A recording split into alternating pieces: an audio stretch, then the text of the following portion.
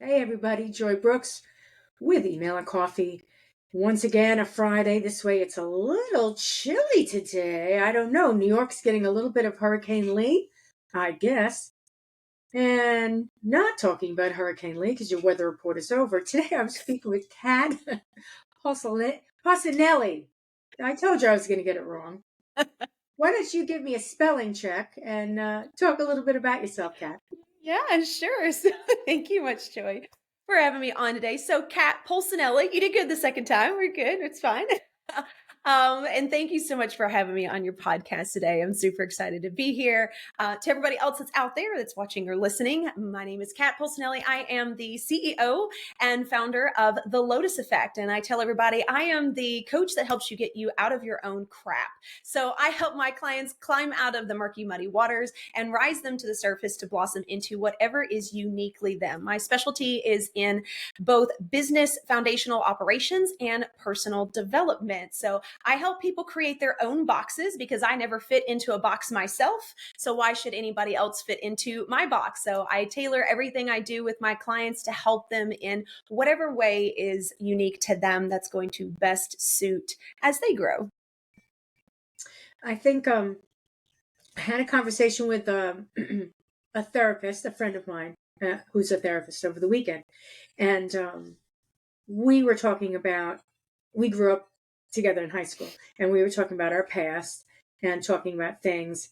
And she was a very shy young woman who made great strides in her life. And she had a she had something that happened to her in high school that I didn't know about. And I had things happen to me in high school that I did know about, fortunately. She didn't, but I did. And so we started talking. That was the common denominator. That's where we started talking. And we discovered that we both had interesting levels of trauma, right? And that's when I realized, you know what? Everybody has situations where they're, let's not use the word trauma, let's use this word instead, where they're not nurtured enough. Mm. Okay. So, um, it's a set, at some point in time, unfortunately, all children are going to be growing up alone. And as adults, it's going to happen again. Mm-hmm. Right. So, I mean, it's important that we learn how to manage ourselves ups and downs.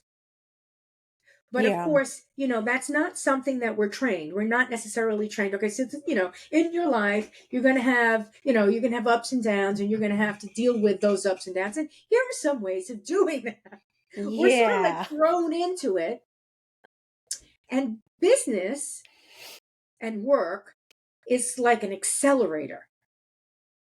Because what happens is, you may have some situations at home that are difficult, but, hopefully people love you in some way, shape, and form. You've got people around you that love you. Business is not about love, right? Yeah. You don't go to business and everybody says, "Oh, I love you so much," and you're going to be making money. And by the way, did I mention that I love you?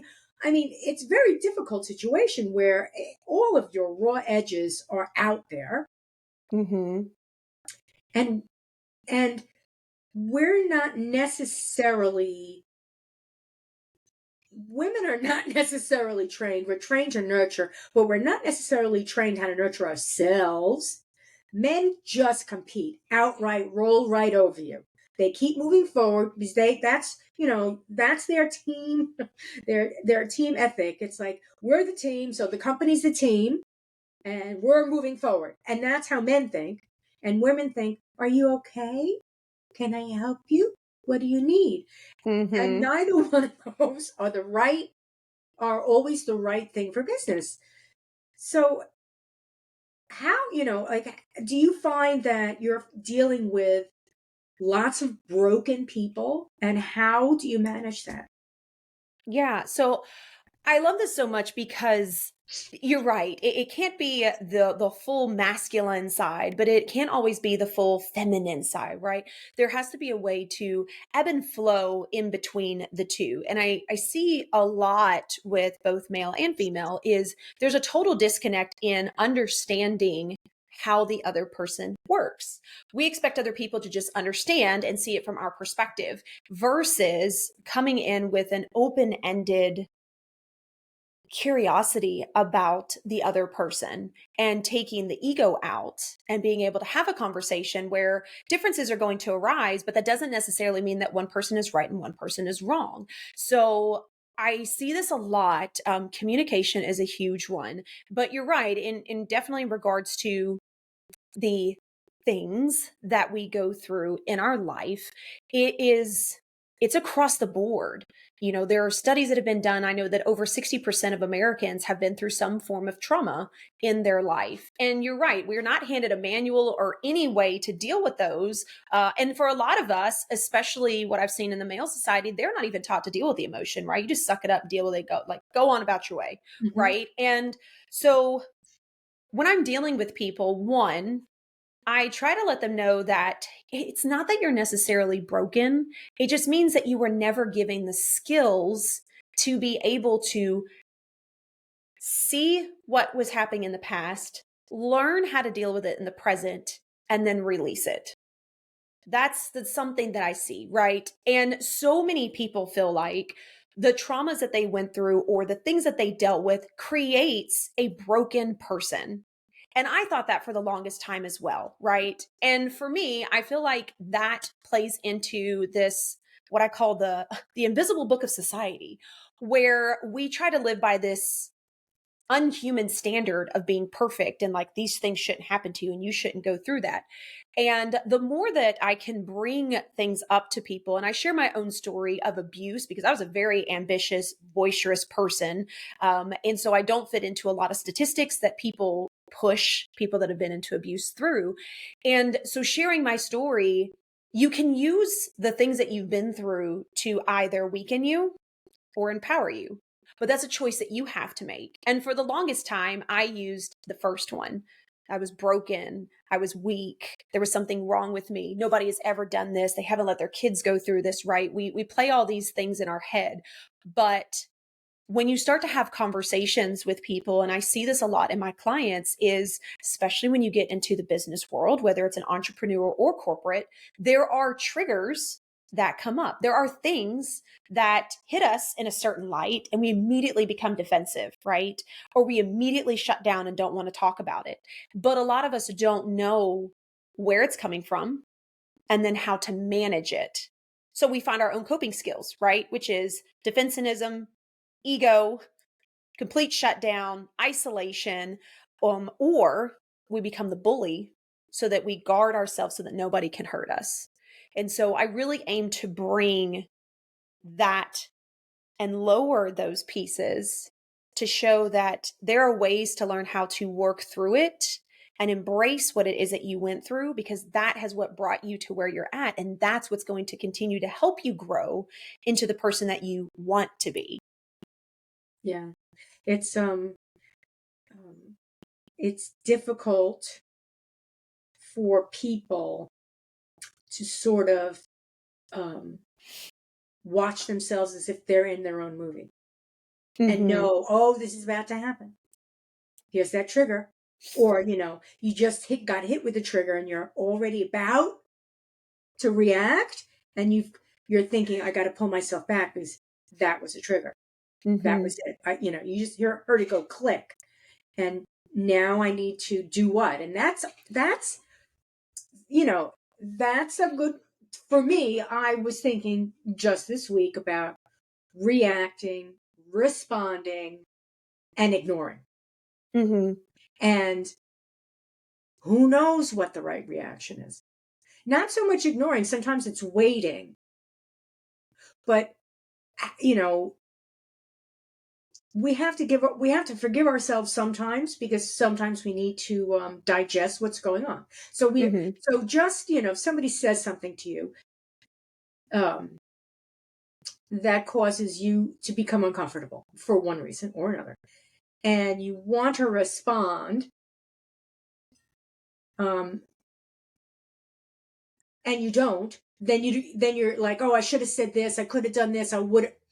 You've got to sort of learn what works for you, because sometimes there is no response, and that's something. As I said, I went through this past a few weeks where I felt my trigger go off, and the wall went up, and I pushed back, and I said, no, not getting involved in this, and I did what I Mm-hmm. had to do, and I walked away, and then I was angry, then I was regretful, and then I realized there was nothing I could have done other than pretended I had no feelings and literally acted something else out. Mm-hmm. And is that something that you recommend? It's that literally you come up with a script? So for some people, yes, it depends on where the person is at in their journey, right? So for those that are just starting to realize that there's a trigger and they're already like halfway through it in that response or in that reaction, right? The first thing that we want to do is just be aware of it. And we have to understand that you can be in the middle of responding and stop yourself and say, you know what? That's actually bringing something up, or that's triggering me, or you know what, I'm uncomfortable continuing this conversation, I'm going to say something I don't mean to, how about we reconvene? We don't seem to understand that we have that ability to do that even in the middle of a conversation, and that gets a lot of people stuck. The other part is if you do react and then afterwards you realize, oh crap, I wish I wouldn't have said this. I wish I wouldn't have done that. If I had done this differently, okay, that's fine. Right. And my process is go through the motions, feel all the feelings, but then let go of it. Like you were saying, right? I also realized once I went through the guilt and everything, there's nothing I could have done differently, right? And when you get to the point of being able to accept that, then you can either move on and know that next time you know you want to handle it differently, or you can even choose to reapproach that situation, depending on the context, depending on the person, and say, hey, I realized that the conversation we were having was more of a reaction from me. And I apologize for that. I don't think that I handled it correctly, right? We have the ability to be able to do that. And that's not necessarily needed in every situation. You do have to figure out what works for you, and you do have to gauge what works for the other person. If you're in a container or in a conversation with someone that's also very defensive, right? It may be harder to do that. So maybe the best thing for you to do is know that the next time you're going to be more mindful of that situation before you react. You're going to take a deep breath before you respond and you move on to the next situation. Or it's a situation where you know that you can readdress it and kind of push yourself to the edge of your limit and start dealing with those pieces so that you become more aware of it. You can do either one. And I think that that's something that a lot of people get stuck in is we seem to think that there is a right way to do it. Any way that you do it is a way that you are responding to do it. It doesn't make it right or wrong, but the reactionary response, right, is obviously not the direction we want to go. However, when you're in the process of learning how to deal with your emotions, of learning what your triggers are, and so you're more aware of them down the road, you are going to have those. So the biggest thing is just recognizing what it was, even if it's afterwards, and then saying, okay, how could I have handled that differently? And then make peace with it, right? Whether that's apologizing, starting the conversation again, or, okay, next time I know I'm going to take a deep breath or two before I respond. That's the whole process. We seem to think that we can figure it out in one moment, in 1 minute, and next time we're going to do 10,000% better. And that's BS. It's the micro changes. It's the small things that we notice. Oh, okay. Why did that trigger me? right? Oh, it's because, okay, that makes sense. Now you're becoming aware of it. The more that you become aware of it, the easier it becomes to catch yourself. And then you start to build up that resistance of dealing with that trigger. You start to become more present in the moment of conversations, and you're able to hold your tongue or think more before you speak. And that is how you change the trajectory of how you conversate, of how you react to people's response, and how you're able to eventually come to a neutral feeling, so that when you step into a conversation, you're like, you know what? Your feelings are yours, my feelings are mine. I'm okay with that. But that doesn't happen in the first, second, or third conversation. It is a long process. And depending on what your triggers are, depending on the type of trauma that you've been through, it could take months or it could take years for you to deal with those things. And we live in such a society where everything has to be now. It has to be done this moment. The next time it does it, it has to be 10 times better. And that's not true. That's not how we operate. Mm-hmm. So we have to be able to give ourselves grace Mm-hmm. and breathing space to know that, okay, I took a breath this time before I responded. Still didn't respond the way I wanted to, but I took a breath, right? You have to reinforce that in yourself, those small little changes, because that's what builds up your inner confidence. That's what builds up the inner courage to take those steps, to step into that uncomfortable space and start dealing with our past that is still coming up. Mm-hmm. I I had issues with corporate America, and so my business acumen was always well. I always over. Um, I tried to overdo everything. So I tried to be, I'd stay the longest. I do the most. I try to do the best. I learn the most. I tried to do everything. Um, Mm-hmm. and that wasn't necessarily in a competitive way. So I wouldn't, well, in the beginning, it was highly competitive, and I'm not a competitor, so I really mucked it up. And I'd say that it didn't feel right. Never felt right. Mm-hmm. After I would drag the entire office underneath the bus and told the boss that I was the greatest thing since sliced bread.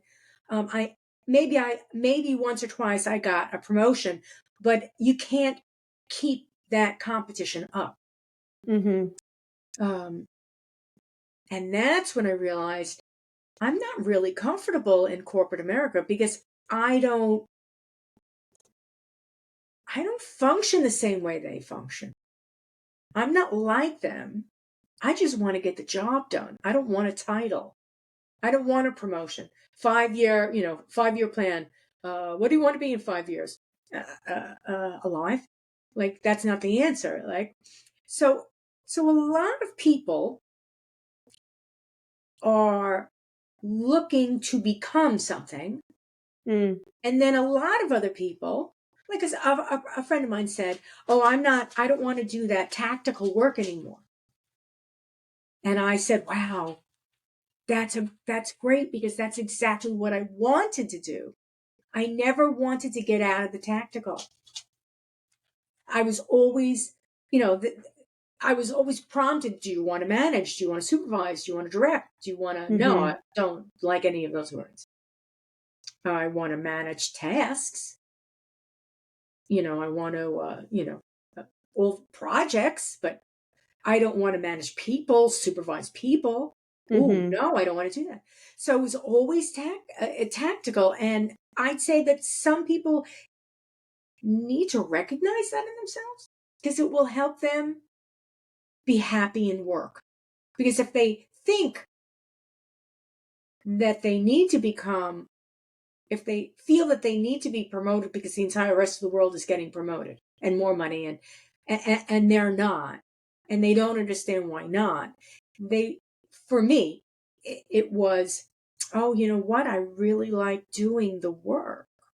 Therefore, I just need to get better at doing the work, learning all about the process. And that's how I'm going to move forward and be satisfied. While another person would be more satisfied when they're overseeing other people. Mm-hmm. Yeah. Do you have have you found um this in people? Like, do you recognize traits? Like, are you able to see this when you're talking with different people? Like, when they say, "What should I do you get an idea that, some people are tactical? Yeah, yeah. And you know what? My favorite thing is to ask people a ton of questions because everybody has their own zone of genius, the things that they enjoy doing. Again, it kind of goes back to that invisible book that's put out there by society that says you should always be striving for this. You should always be striving for that. You should be pushing for this, right? And I see that in both the corporate and the entrepreneurial world where people keep trying, but the goals that they're setting are not the goals of theirs. It's the goals by others because they feel like they're not enough if they don't stretch to that goal. I've met some people in their business that when I ask them, what is your goal for your business? Where do you want to be? I want $1 million. And I'm like, do you? Do you really? Well, I'm like, do you feel that that's what success is? What is success to you? Every single one of us has a different definition of success, right? And we don't allow ourselves to think about that. So when you really dig in and find out where people want to be, I have found out that some people are happy with making 50,000 extra a year in their business. Great. Let's work toward that goal. Why would you burn yourself out and get to the point to where you hate what you're doing because you're striving for somebody else's goal? Not everybody needs to be at the top of the top. Not everybody wants to be at the top of the top, right? But we have to recognize that and we have to be okay with being in that seat. And that's the seat that we want to be in, not the seat that we think everyone else is thinking we should be in. And that comes back to inner confidence, inner courage, empowerment, knowing who you are and being comfortable enough to say, you know what? I appreciate you saying I should strive for more. I'm actually really comfortable where I'm at. We have to learn to be okay with that because there's always people pushing, right? I had a friend of mine. We just had this conversation where people like, we're not married yet. You guys have been together for 2 years. Are you planning on having kids? And I'm like, I hate that. You do your life how your life works for you. Screw everybody else. Where is there a book that says you have to be married at a certain time? You need to buy a house at a certain time? You need to have children at a certain age? Screw that. Everybody has different places in their life. There is no set timeline that says, oh, well, if you make it to here, you're successful. And if you don't, you're a failure. Everybody's life is different. Why do we live by an invisible scale that isn't there? We put it on ourselves. So I love having conversations and I always ask people to dig in deep. You always get the surface level answers the first time, but I always ask, like, what does success actually mean to you? What do you want to achieve? If you didn't have any other outside voices, any other outside competition, what would make you happy? And for some people, it's simple. I just want to help in people's businesses and, run things in the back end. Great. Then let's do that. Why do you need to put all of these goals in front of you that do not align with who you are? Because then you're never going to push toward it. You're going to get burnt out. And then when you feel frustrated, non-focused, and fatigued because you keep trying to push for a goal that's not yours, instead of saying, well, this isn't mine, I should just work on something else, you say, well, what's wrong with me? Right. And I hate that for It's people. And I did that to self-defeating. myself. Mm-hmm. And it's somewhat,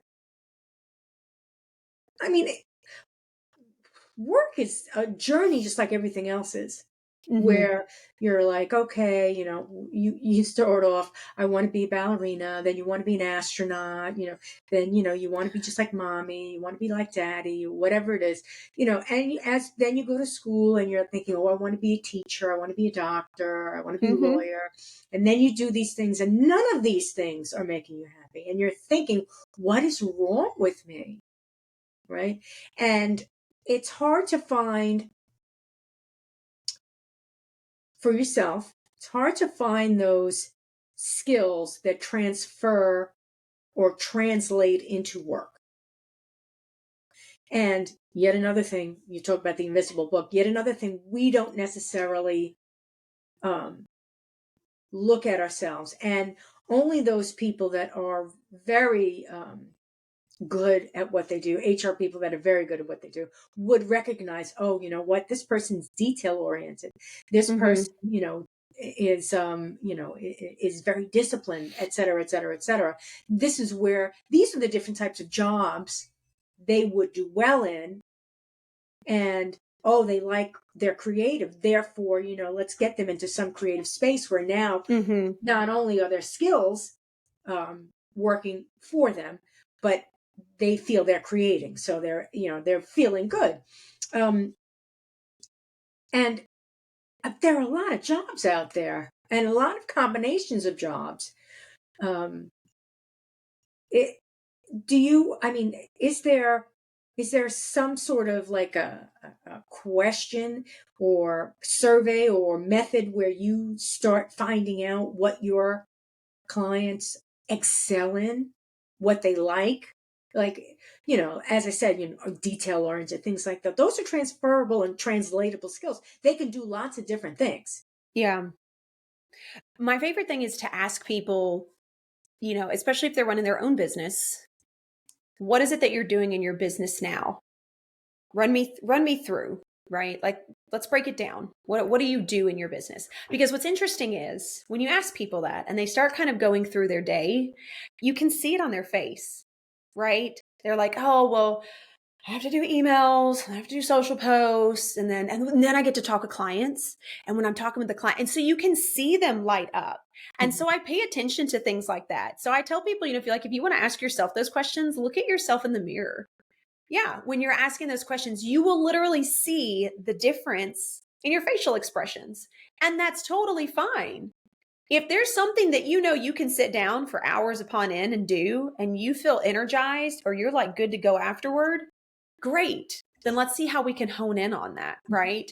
And sometimes it's trial and error. Or at one point in your life, you enjoy doing this. Now you've gotten older and you prefer to do this.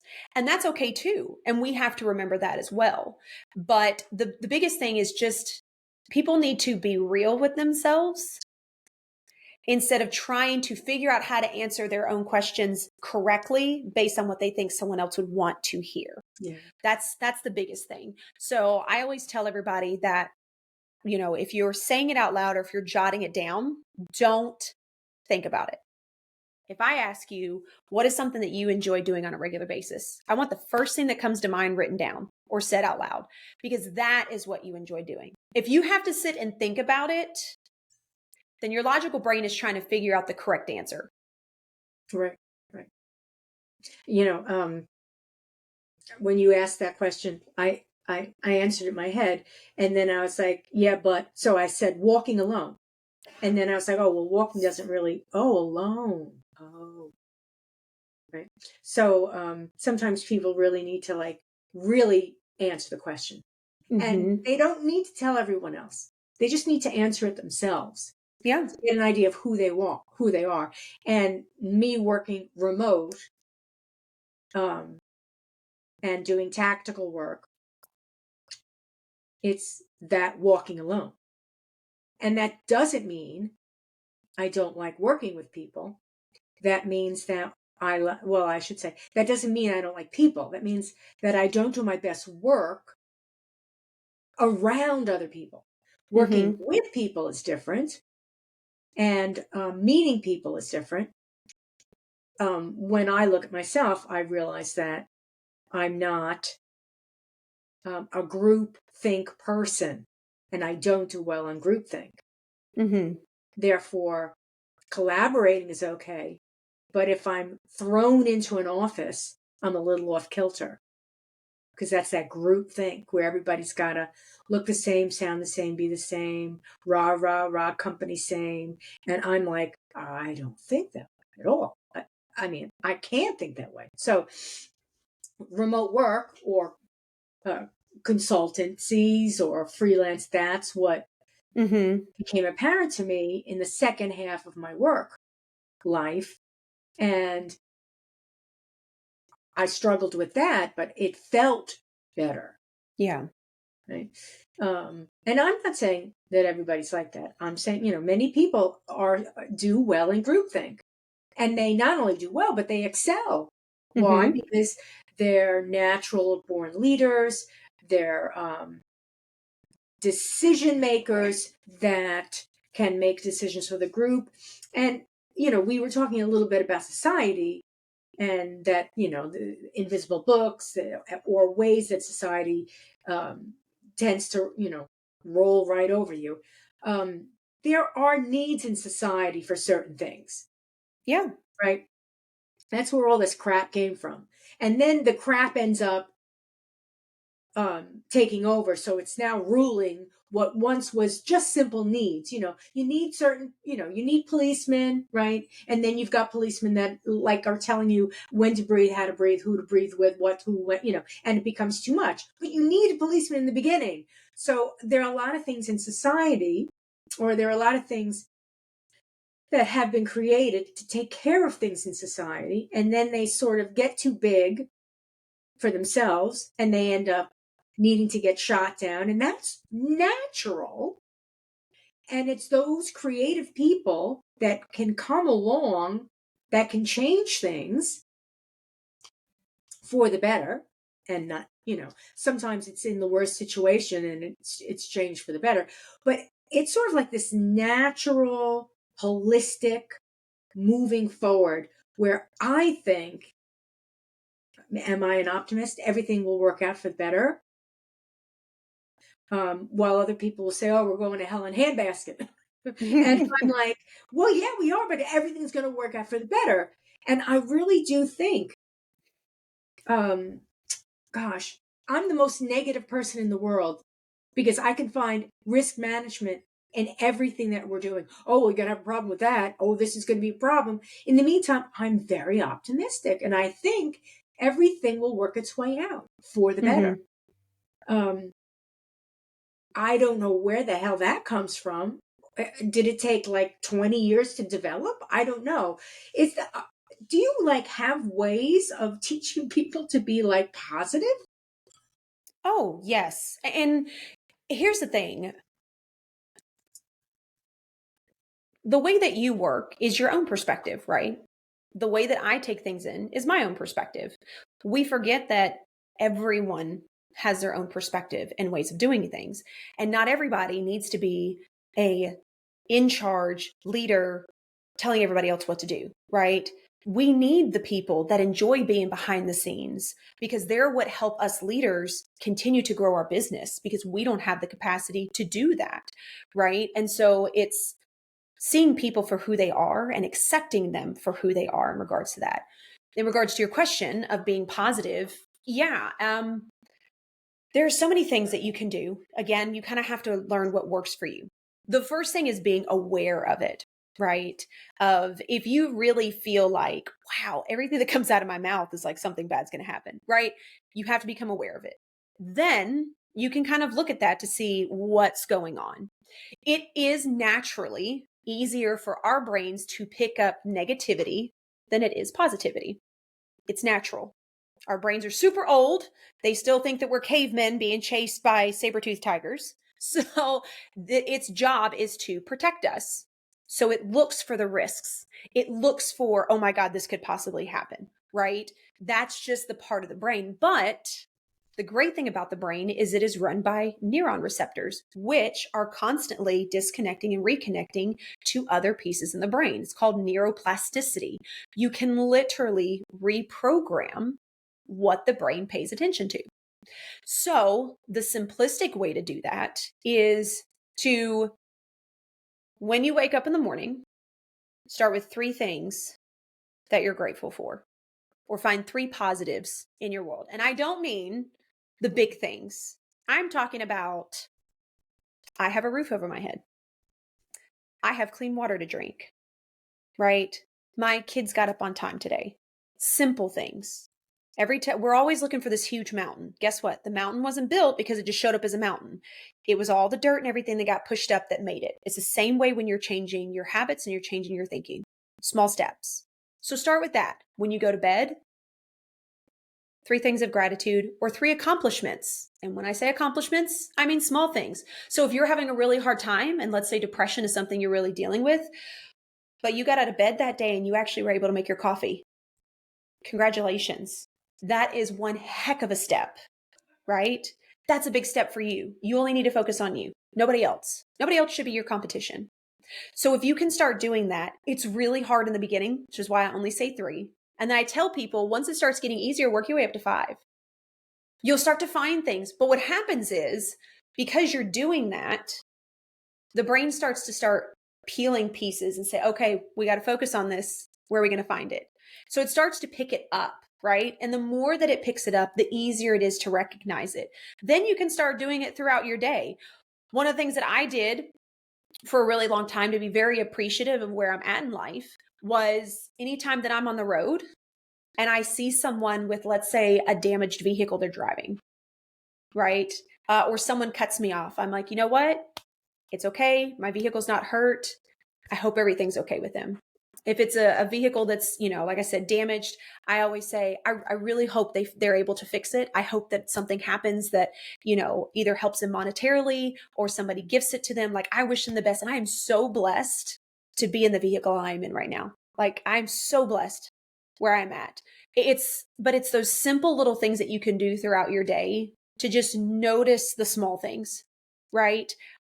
What that did for me was I pick up on all the small things so much that when silly things happen, I laugh through it. Before, I would have like meltdown. I would be ticked off. Like, it would ruin my whole day. Now I laugh a lot of it off. Or it's a moment and I'm like, take a few minutes to breathe, get myself out of the situation, and I go on about my day. It doesn't affect me like it used to, but you have to start small. You have to start small. So the gratitude is something I always suggest to everyone because it's something that I used. And I tell people, don't get up and just write it down because it becomes a habit in the brain. And it's like, oh, it's just something to do. Like, sit with it and think about it. What are you grateful for? And feel into it for a moment. Don't just try to name things off because it's the connection to the emotion that really connects it to the brain and the heart, which is what allows you to start changing that trajectory. Mm-hmm. I know this to be true because these are the things that helped me. Now, I was never clinically depressed, but I did go to therapy because I was not well, and the methods in therapy, they really weren't. She didn't necessarily. The therapist didn't necessarily say, today we're going to talk about your habits and we're going to begin to identify. It wasn't done that way. But I guess I was smart enough to realize that's what we're doing here. She's asking me, about those habits and those triggers and those things, and and I need to recognize them. So if we start recognizing what we're doing without becoming obsessive, and that's the other thing, is that we need to be kind to ourselves. So we need to recognize what's going on.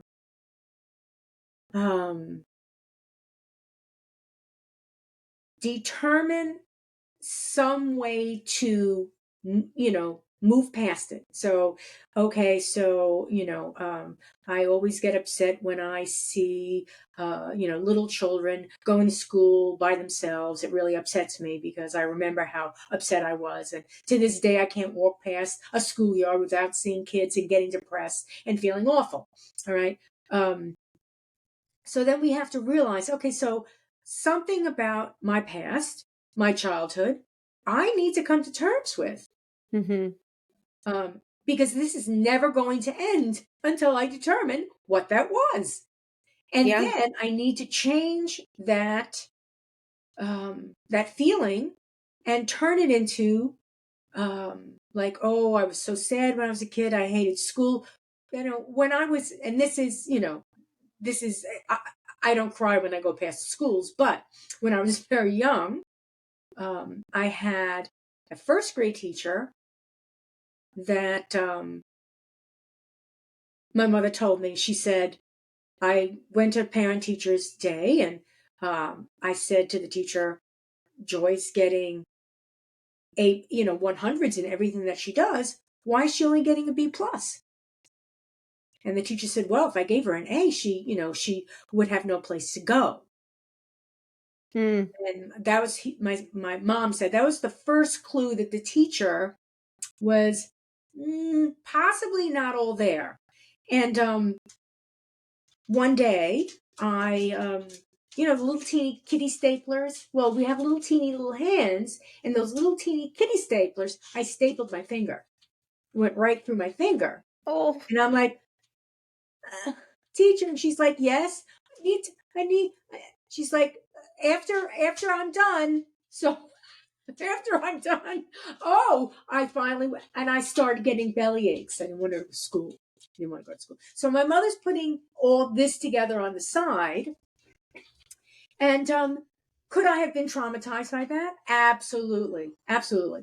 I was, but could I have been? I mean, if that had gone on with different teachers over and over and over and over and over again, I would have learned to have hated school completely. And that's the point. Sometimes we hate particular teachers.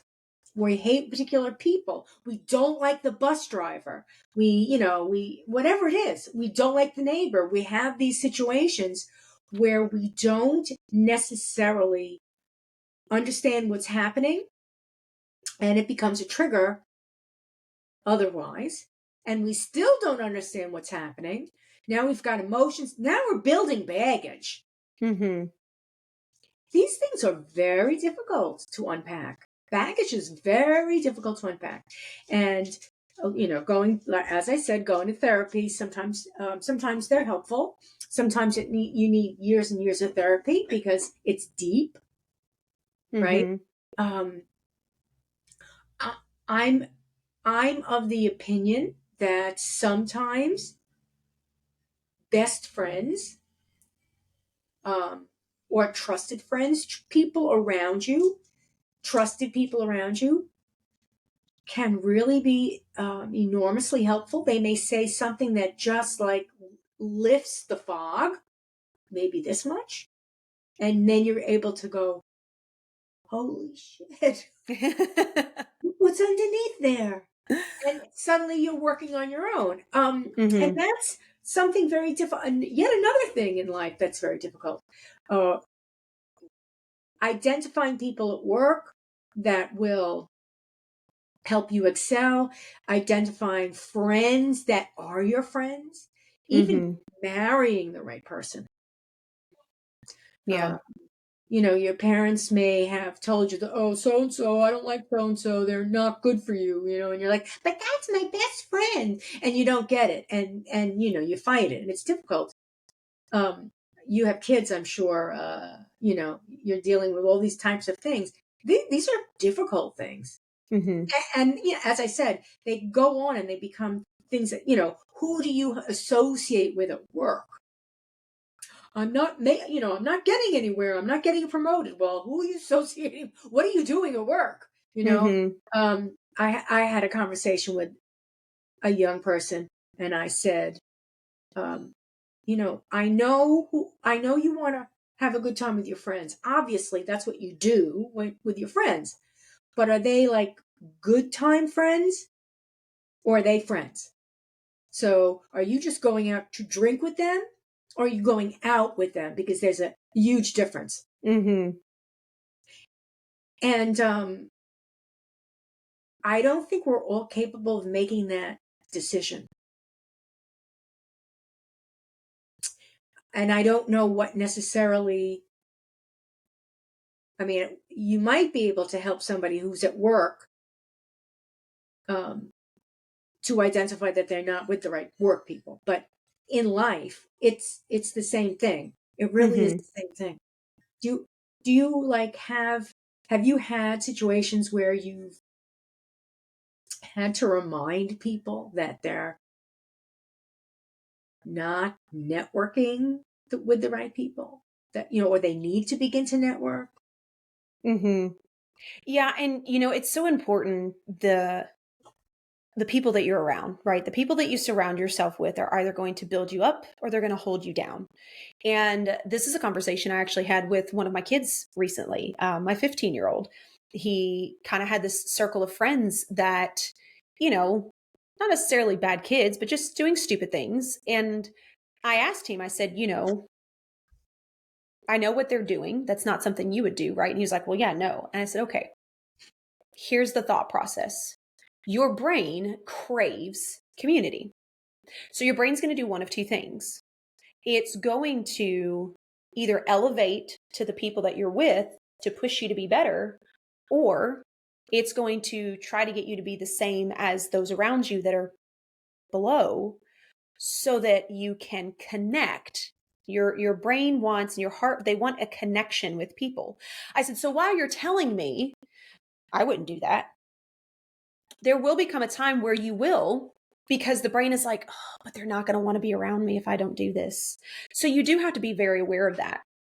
And that is an extremely difficult thing for people to do and to recognize, because what that means is you have to be very aware of what you're willing to put up with and what you're not, which means boundaries. You have to be able to let go of people pleasing, which means they may not like me, and that's okay. And that means that you have to be okay with being alone for a little while you find the right people. And that is extremely difficult when I'm dealing with clients where it's family, because we feel like we owe it to them. So for those that I've dealt with that, had a really bad upbringing, or their parents are very toxic, right? And they're like, yeah, but they're my parents. And I'm like, and what does that mean? What does that mean to you? And I had someone that was like, well, I just feel like it's my responsibility. I said, why? Who put that responsibility on you? You really have to go in to think about it, because we feel like we owe people something, or we feel like we should do things outside of what we're comfortable with in order to be accepted. But what's interesting is the more that you're willing to accept yourself, the more that you're willing to learn to lean into your own quirks and weirdness and who you are, the more that those people actually find you and the other ones kind of dissipate. But it takes that inner confidence. It takes that inner knowing of being aware of who you are and being okay with it. We tend to put out this avatar that we want people to see, because we think if they see this avatar, they're going to like it. And Jim Carrey recently did an interview, and he was talking about this, and he said, depression is not an issue. He said, depression is your body telling you, I'm tired of being this avatar that you keep putting out there and I want to stop. And I thought that was such an interesting way to look at that, because so many people are one person in front of people, and then when they go home, there's someone else. And the body literally becomes exhausted because you are forcing something that is not natural. And it can cause ailments. It can cause issues. And so I beg everybody to look at that. But the first thing you have to learn to being okay with is being alone. You have to learn to be okay with being alone, to allow the space to really get to know yourself and open the doors to those people that are going to accept you for who you are, not who they think you are. I think, that moment, those moments of being alone are the scariest. And once you get uh, comfortable in that space, Mm-hmm. lots can happen around you where, oh, you know what? What's the worst that could happen to me? I'm alone. I could deal with that. So there's no fear of rejection. Oh, okay. So I'll be alone. I could deal Yep. with that. A lot of cases we go through this worst case scenario where the worst case scenario is you're alone. Mm-hmm. And being alone is not bad. Lonely is that emotion that is the fear. Alone is not. Mm-hmm. I mean, you can be alone and still have friends to call and do things with. You're just alone for the moment, You Yeah. could be alone and be doing lots of things, have lots on your schedule, but right now you're alone. Lonely is the emotion of, no one cares, no one loves me, no one's going to be here for me. And that's the scary place. just because you're alone doesn't mean you're lonely. And Mm-hmm. just because you're lonely doesn't mean you're alone, because you could be surrounded by people and feel lonely because nobody really does care. And Yeah. these people are just giving you lip service, like, oh, you're great, you're fantastic, you're wonderful. Oh, and you say, I need you, and they're not there. Mm-hmm. So, um, it's a lot of things that I've been asking you are like um, personal things, but they're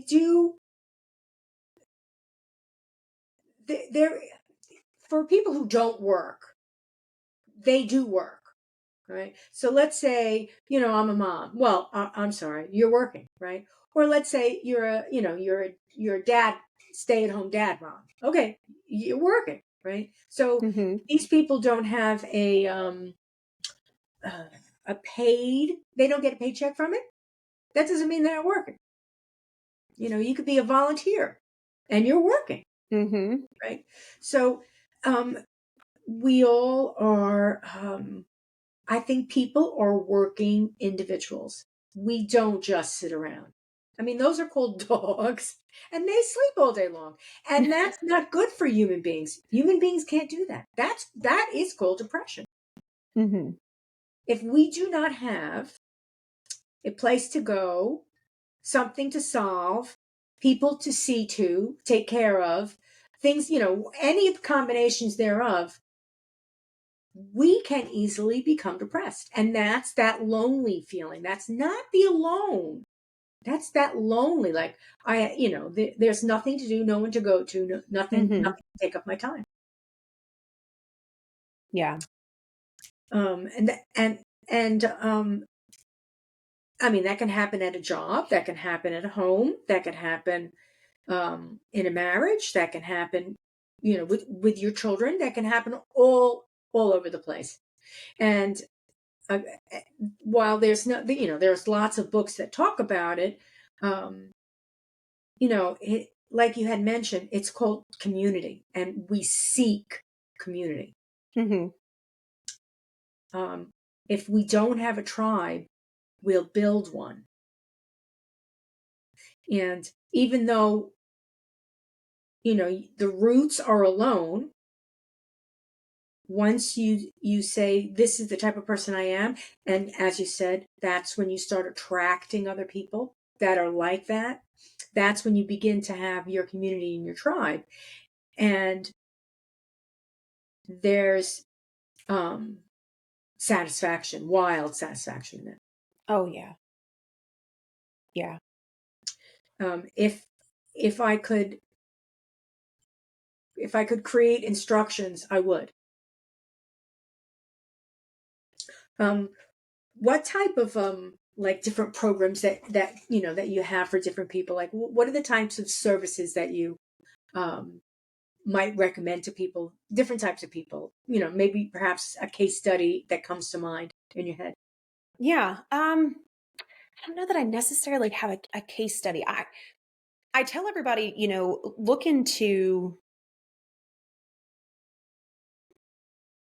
you can find the answers within yourself, but you have to be ready to find them. There's tons of self-help books out there as well. What I would say is, whether you're looking into the psychology of the brain, whether you're looking into what the neurons mean, whether you're looking into what people pleasing and boundaries, what that looks like, what coping mechanisms mean, and how you might be dealing with those, take what resonates with you and leave what does not. Because you will create your own systems and you will create your own way of dealing with things. But if you are reading self-help books, if you are going to therapy, if you are doing all the research, but you're trying to do it the exact way that somebody is telling you, and the whole time you're like, this feels awful, this is terrible, this makes no sense, right? It's not going to work for you. It doesn't mean there's something wrong with you. It just means that method didn't work for you. So I always tell everybody, do your own research, figure out what's going on, look for a coach or look for a therapist. Everyone helps in their own perspective. and take what resonates and leave what doesn't, so that you create your own version of what works for you, instead of trying to just focus on the methods provided by everybody else. Create your own checklist. Yeah. And it becomes mental. You create it over time. It's almost like, okay, this is a friend. What is a friend? A friend is somebody who does check, does check, does check. Okay, good. And then you just like, you recognize that person Yeah. on the other side of the street. You're not even doing the checklist anymore. Mm-hmm. But in the beginning, you have to say to yourself, what is a friend? And that's when you start realizing, okay, these are my drinking buddies. They're not my friends. Mm-hmm. Okay, that's when you say, well, wait a minute, what does it mean that I'm just drinking? Well, maybe I don't want to do that. Okay, well, I'm not going out drinking anymore Friday nights.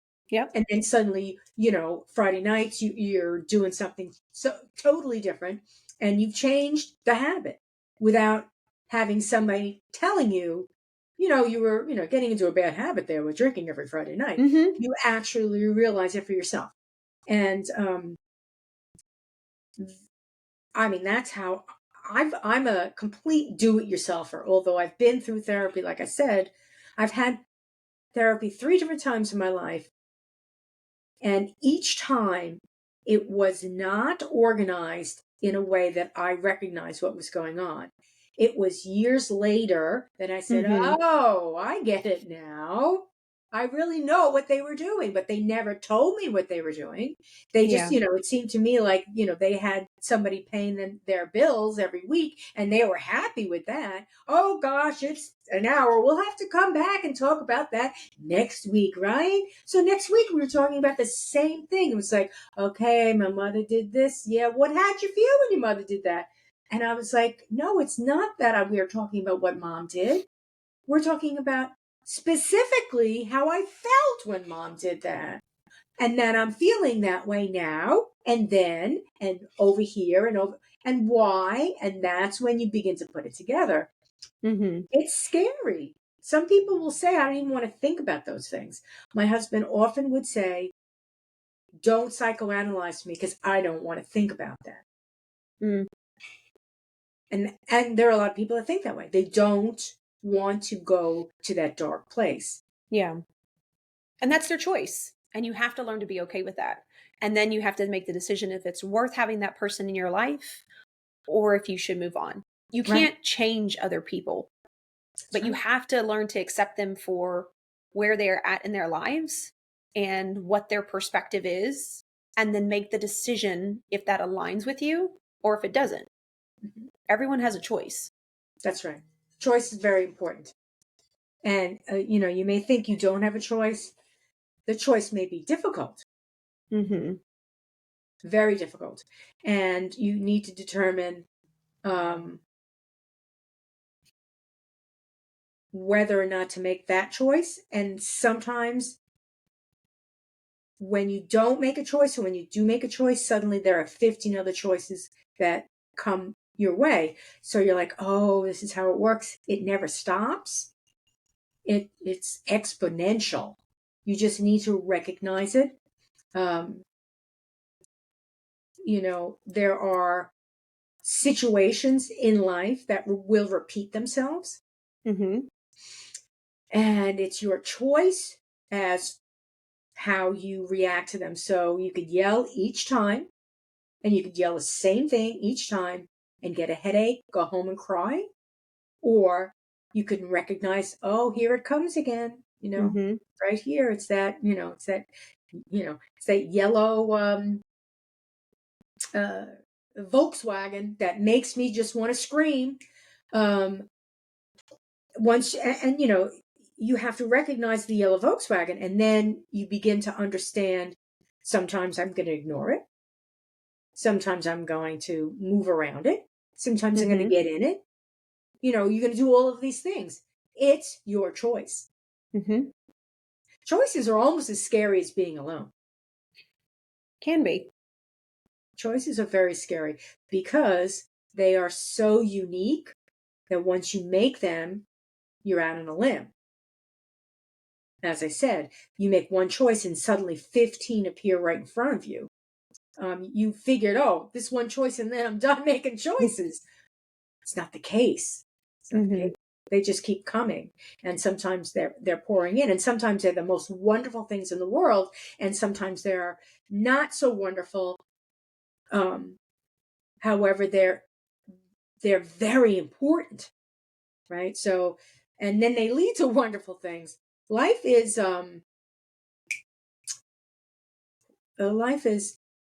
amazing. How have you ever had to? Have you ever had to impress upon somebody how, like I guess they're negative Nellies, right? So they're going to be like, oh, it's such a bummer. And you're like, no, this is great. Isn't that difficult to do? Like it is that perception thing. It is. It is. And for me, I love to give people the choice. And so I always come with, so that's an interesting perspective. How I see it is, and I'm like, and you can choose to accept it or not. But I just want to give you a different way to look at it. And I leave it there because some people, right, will start to kind of take that to heart and be like, okay, I kind of like that outlook a little bit better, right? Other people will make the choice to be like, nah, I ain't listening to it. All right, that's your opinion. I believe in mine, right? But it's such a neutrality that it doesn't affect me. And then you learn who that person is and how you can gauge. And then again, make the decision. Is it worth continuing to conversate and be around? Or is it time to move on? I don't ever force my opinions on anyone. I just offer, I'd love to give you a different perspective. I think that's important because there are a lot of people, myself being one, a lot of people that if you say, well, it's really not blue. It's a different shade of blue. And I'm like, no, that's blue.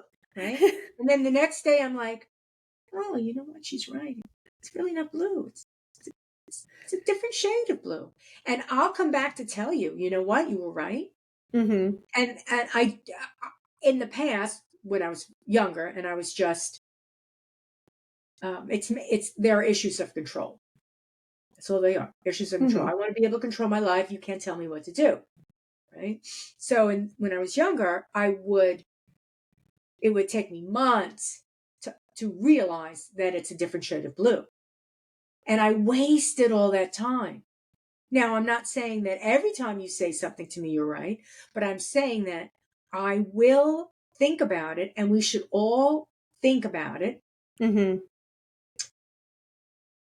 And if we do feel comfortable in the end, oh, perhaps they're right, or I see you need to go back to the person and say, I see why you were thinking that, and thank you for Mm-hmm. acknowledging or giving me a different way of looking at things. And I think not only is that graceful, but it allows you to begin to stop necessarily thinking in the straight and narrow, where I'm going this way. And it's okay to do that. Mm-hmm. But it's also okay to every once in a while hear what a trusted friend has to say so that they can give you a different perspective on things. Because reality is really a whole bunch of perspectives. Mm-hmm. And we all have our own. It's wild to say that there is no such thing as reality. It's all made up. Yeah. I mean, again, it's like the society thing. Society needs reality. We can't all be speaking our own languages, thinking our own thoughts, wearing whatever we want and pretending that, we can work any kind of schedule we like. And again, making up our own. We can't do that. Mm-hmm. But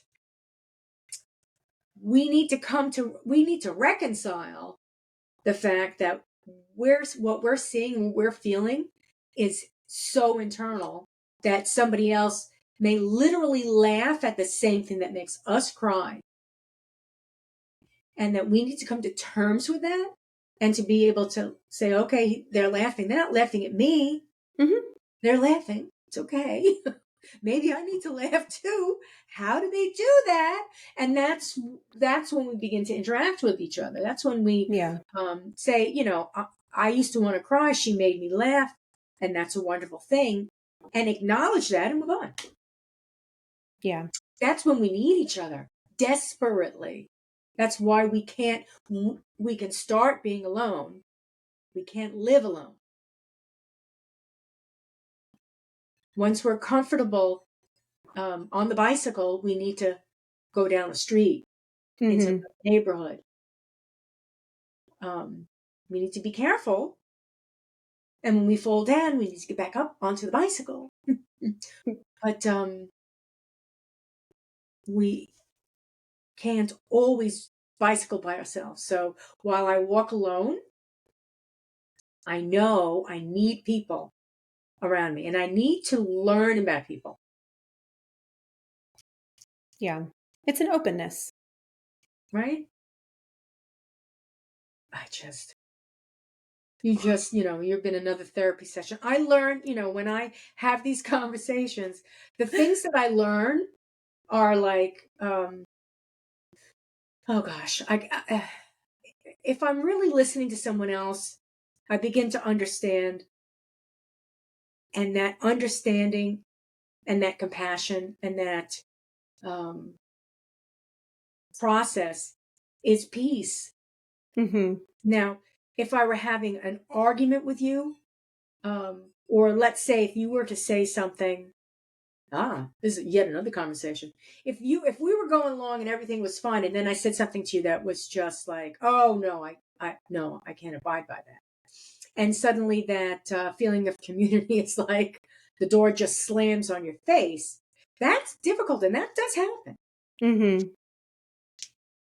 And that may happen for any amounts of reason. I mean, the other person may be having a bad day, or you just triggered them. Yeah. Um, what I'm going to use the term, and I don't really like it. The concept of cancel culture, like we were talking about before, when okay, this person is not good for you, therefore, do you really want to be hanging out with them? Well, if the person's not good for you, yeah, this is not good. If it's Mm-hmm. if it's a dangerous situation, or if they're using you, whatever, that's bad. But do you just cancel everyone out that doesn't agree with you, that isn't in your tribe? Oh, they're not in my tribe. No. Um, how do you live a life? Like, do you understand what I'm saying? Like, what are your feelings about this? And I'm sure Mm-hmm. you come across this when you're dealing with people that are attempting to work in a world that is very different all over the place. Yeah. I think that the cancel culture it comes from a place of ego, or it comes from a place of protecting themselves because they've been hurt so many times by so many other people or when they were young that they put up a barrier. And so it's easier to write other people off than it is to deal with it. And again, that's your choice, right? I choose to understand people, to get curious, and to ask questions, and to dig a little bit deeper than what is on the surface. And I always ask, like, this is my perspective. Let me know if we're on the same page, and giving people that space, right? And then from there, I can make a decision on whether or not I decide to be around that person more or not, but I'm not the one that just shuts people off and writes them out. Mhm. For me now, I used to be, I have to understand, like, what is the underlying thing? Mhm. What is really going on, and getting to the bottom of that while holding my own boundaries of I'm willing to help, I'm willing to understand, but if it gets to a point to where it's very one-sided and you're just continually dramatizing it, right? Then I have a cutoff. Right. Right. And it's not. It doesn't need to be. I hate that person cut off. It just Yeah. needs to be. It's time. It's time to move on. Yeah. It doesn't align with me. Yeah, it doesn't work. The And end. it shouldn't be cancel. It should just be okay. How you doing, Bob? Have a nice day. Yep. As opposed to, but hey, Bob, you want to have a cup of coffee? Because you did that 5 times and it just didn't work. Mm-hmm. Yeah, I I wish, um, I wish we all really understood all of our emotions and sort of put them on a shelf or in the mirror or somewhere and looked at them for a little bit of time instead, Yeah. and and sort of like tasted it and felt it and wore it, and then realized, no, it doesn't fit. No, I don't like the way it tastes. Mm-hmm. No, it's giving me a headache. And then like, I'm done with that. I'm, done with that emotion. So, I have all my life I've had an issue with jealousy and envy, and it still pops up. And I don't like the way it tastes. Don't like anything about it. Don't even like to um like, if it's about a person or if it's about a place or it's about a thing. Um somebody's traveling a lot. And I'm like, I'm immediately envious. Oh, they're going to Italy, they're going to Greece. Oh, I'd love to go there. Oh, Scotland. Oh, Iceland. Oh, I'm so envious. I'm like, oh, I don't. And I literally say that word. I'm so envious. And I'm like, okay, so that means what? That means you'd really like to go to those places. The end. Envy's on the shelf. Mm-hmm. It's not like, yeah, but they're ugly. Yeah, but look what they're wearing. Like, I have to find something wrong about them because they're doing these great things. No, envy's on the Mm-hmm. shelf. I don't like envy. The concept that I like what they're doing, that I wish I could be doing what they're doing, that I like the way they look, I like the way they sound, I like the, whatever, their friends, whatever it is that I envy. I accept that I like what they're doing and I shelve it immediately because the envy part is going to try to make me nitpick. Mm-hmm. And where's that going to take you? So there are so many emotions that they're not negative emotions in themselves. Like, the concept of envy simply means, I think you're beautiful. I wish I looked like you. Do I hate you because of it? That's where you got to stop. Yeah. That's when you're like, okay, just because I have this emotion doesn't mean it needs a reaction. It can be an emotion all by itself. I like the way my next door neighbor's green grass grows. Does that mean I hate them? Most of the time, yes. God damn it, how they do that. But, I mean, it simply means you go over and you're like, what the heck are you putting in your grass? It's so green. You can have these great, you can have these great reactions once you Mm-hmm. put envy on the shelf, once you recognize it and put it on the shelf. So Yeah. envy, jealousy, hate. Why do I hate them? They're different. They're scaring me. Something happened to me in the past. Emotions are the wild cards of life. Yeah. Have you had any, like, when you're dealing with your clients, do you ever feel that you have to talk about emotions? Like, how do you do that with somebody? I've always found that very difficult. I I enjoy having the emotions conversation, and I think that's because I dealt with so many of them on my own, especially shame, guilt, fear. And so yes, it's an uncomfortable conversation for a lot of people. And at the same time, my clients are very aware that they came to me to work through the hard things, right? And so I'm going to ask those uncomfortable questions. And it's okay if it takes you a minute to answer. It's okay if you don't necessarily have an answer at that moment. It's okay if you break down and cry, and like that's what needs to come out. But I enjoy having those conversations because it helps you recognize within yourself what is going on, what that you need to deal with, and then how you need to deal with it. I can't always give you the answers as to why something is triggering you, why something makes you feel so much hatred. But I can ask you a lot of questions so that you can answer them yourself, which gives you that light bulb moment to go, oh, oh. But people have to be willing to have that conversation. And I've been very fortunate. My clients know from the very moment that they meet with me I ask a lot of questions, but I also come from a very open, non-judging space because I've been there. And my clients feel that. And so they're maybe caught off guard sometimes with what I ask, but at the same time, they know that they're in a safe space where they can be open about it and know that I'm not going to tell them it's right or wrong. That's a beautiful working relationship, and that's, I'm sure there have been a lot of successful clients that you're working with, that you've worked with, that, you know, that make you, I guess, satisfied. Obviously, the work that you're doing is a calling, right? Um, because working with people at that capacity isn't something that you wake up someday and say, "Oh, you know what? This is what I'm going to do." It's Yeah. sort of something that, like, it begins to roll, and you're like, "Oh, this is what I've been doing." Hmm. Literally, what I've been doing, and now I'm going to do it. Like, I'm going to take it on the road. Yeah.